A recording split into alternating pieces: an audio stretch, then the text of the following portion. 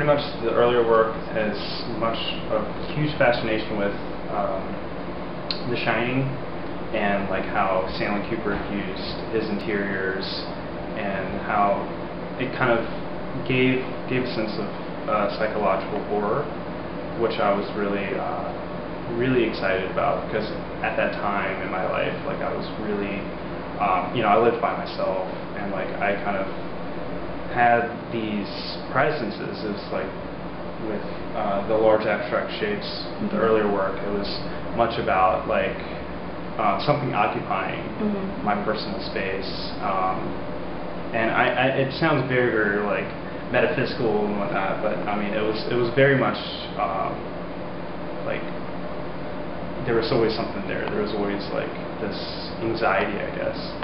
Yeah, 2007. So and it's reappearing again in smaller pieces? Yes, in small pieces.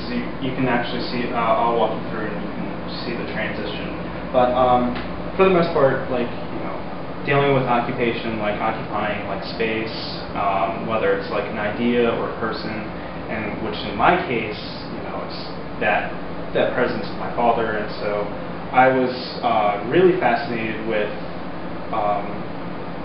a lot of Islamic art and like how they portray like past life and how they portray like the divine.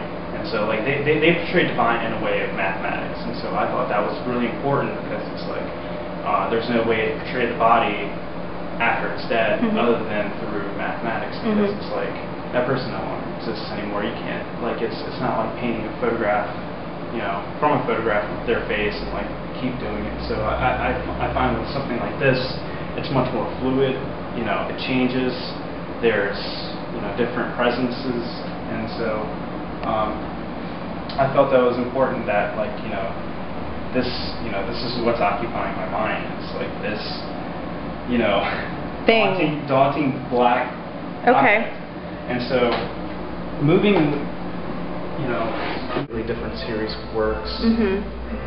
So it's still about that thing that's occupying. Yeah, but then it's just in a way, but it's moved away from the hard edge. It's almost kind of like these are almost in a way influx between death, and it's like I feel like the stories that I have, it's kind of like a soap opera. It should be on Lifetime.